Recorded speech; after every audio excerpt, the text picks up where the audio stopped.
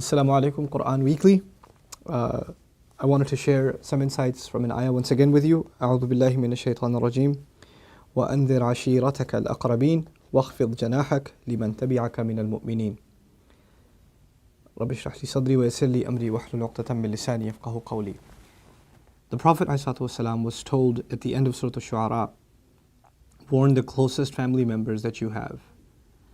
The Prophet ﷺ gave a lot of concern and priority to his own family and making sure they get the message of Islam.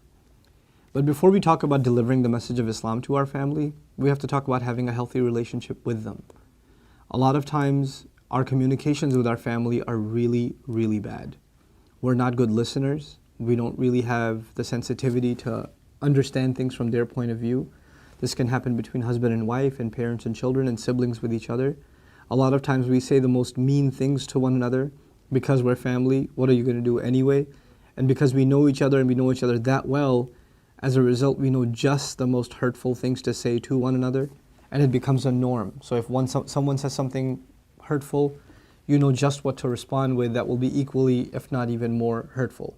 And over time, this creates a very ugly relationship between people in a household.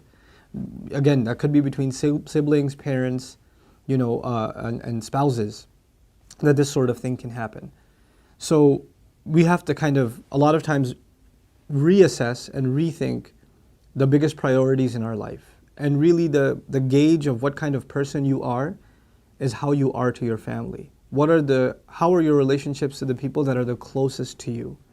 You and I have a relationship with our employers, with friends, with people in our community, people we know professionally, people we know socially, etc., etc. But they only know a very small part of who we are. The people that know us most and we spend the most time with and are supposed to be the most important in our lives are our own family. And unfortunately, they see the ugliest side of us. They see the meanest, most insensitive, most dismissive, most condescending side of us. And so one has to kind of take a step back and say, what have I become? What kind of person am I that I don't even have a healthy relationship with my mother, with my father? I can't even carry a normal conversation with him. I haven't talked to my wife forever. And if I do, I just ask her, where are the keys? Or, where's the cell phone? Or did you send that letter? Or some shallow conversation. And when she talks, I'm not even really listening. I'm just kind of, sure, yeah, okay. Like that, like dismissive. And she knows that. And then you wonder why she's always talking to her friends, and why she's never talking to you. And when you say something, she doesn't respond because she knows you're not really listening and you're not understanding. And it goes both ways, husband and wife and husband. So one has to kind of really think long and hard about what kind of person you and I may have become. And by the way, this happens not just to people that aren't very religious. This happens to anybody. Religious, non-religious doesn't even matter when it comes to this. It's just a personal thing. And we become, for men especially, I'll address men in this talk a little bit. We're not naturally very expressive with our emotions. We're not naturally as sensitive as women are, as the women in our family are. So we assume that what we are doing is not having emotional consequences at home. You go home and you just start watching YouTube, or you start watching the news, or go on your computer for hours and hours, or talk to your friend or whatever.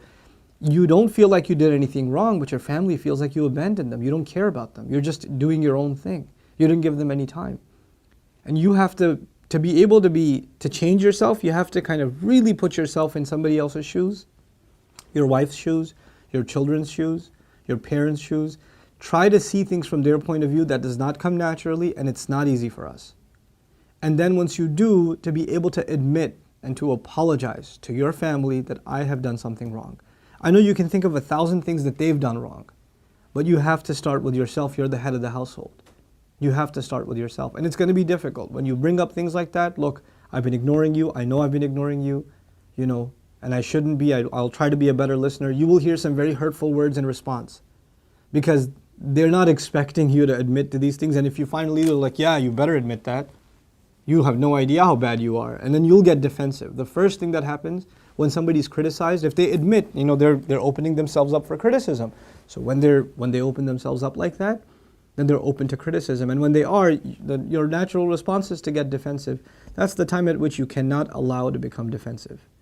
That's what you've been doing all this time anyway. Don't become defensive. Just take it and try to resolve it. Your job is to not win an argument or to get the upper hand at the end of the day. Your job is to have a better relationship, to have a better friendship with your wife, to have a real relationship, a meaningful relationship with your father and your mother, to have a sound relationship with your siblings.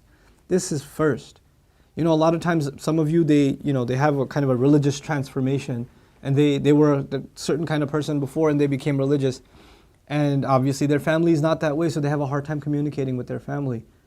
And they try to just kind of shove Islam down their throat and say, the Prophet was told, أَنذِرْ عَشِيرَتَكَ الْأَقْرَبِينَ. Well, he was told that because he was already the best to his family. There was some foundation already there. He could build upon that and warn them.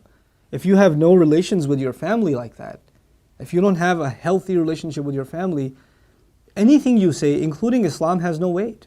Islam is just one of many other things that you say that don't carry much influence. So we really have to think very long and hard about all the lectures and talks and things we listen to and advice we take in. How is that changing me as a person? And the easiest way to gauge how you've changed as a person is how your closest relationships have gone through a change. How sensitive have you become to those closest of your relationships?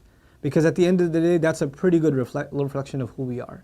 That's a very good indication of where we stand, It's easy to speak to strangers. It's easy to give a talk before a camera. That's easy. The hard part is mending relationships you have to deal with off the camera. The people you have that are around you that have expectations of you, and you have expectations of them, and you have to deal with them in the closest and the most intimate of ways. So I pray that all of us become people that have sounder, healthier, growing relationships that are based on open, respectful communication, that we're tolerant towards one another, that we're able to use kind words towards each other and appreciate things.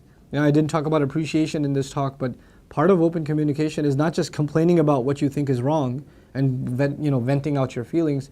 It's also acknowledging the good the other's done, to appreciate somebody's done something right, and that you really enjoyed it, or you really liked that they did that, or you're really grateful for them having done that. Mentioning these things, never assume your family knows. Nobody knows how you feel. They don't know. You don't know how they feel. They don't know how you feel. It has to be talked out. We have to become people of expressing our emotions.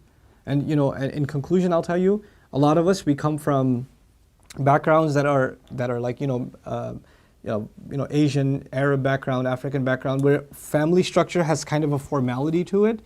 And so expressing ourselves openly and emotionally is very difficult because we have these really formal relationships sometimes.